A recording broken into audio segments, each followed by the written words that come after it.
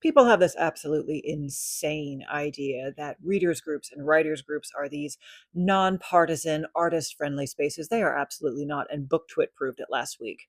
The BookTwit mods, and if you'll recall, these are the same people who felt like canceling a young author a couple of months ago because she had the nerve to notice that agents were specifying what kind of author characteristics they were looking for rather than good stories. Yeah, that same group who felt empowered to cancel her have just come out in favor of book piracy because they wouldn't want to be ableist or I don't know what stupid word do they use to justify why people who are not American or people who are not rich are entitled to steal books that take years to write, books that take thousands of dollars to edit and get a cover for.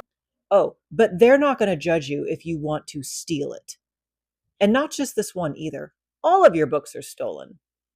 Ebooks that you steal because you can't afford a real book because they're just not available in your country. The $1,000 cell phone that you're reading the book on, though, that's fine. That's fine. You can afford that, and probably cigarettes too. I see you. I, for one, am quite sick of these ridiculous human beings who have rules for how all of the rest of us should behave, how we should all sell our books, and how actually we're not allowed to earn any money. And if we were really good people, that wouldn't be a problem. Sick to death. So, as part of my job, I guess, as part of my project, I guess if you want to call making shorts now, I am going to have a feature at least twice weekly of Freedom Reads. I know that's a stupid, corny name. Please forgive me. But you know what's not stupid and corny?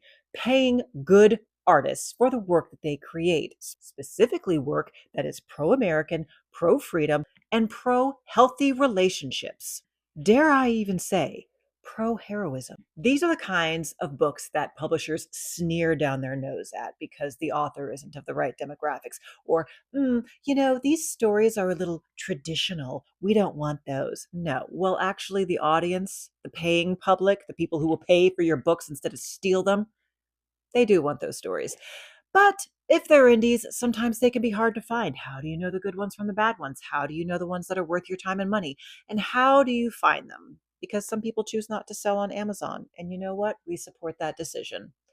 You're going to hear about them on this channel. I'm going to tell you about them because as an editor, I have the inside scoop. I know all the good ones. Well, not all the good ones, but I know some of the good ones before they even come out. And I'm going to tell you about them starting this week. If you're not following me, you should fix that right now.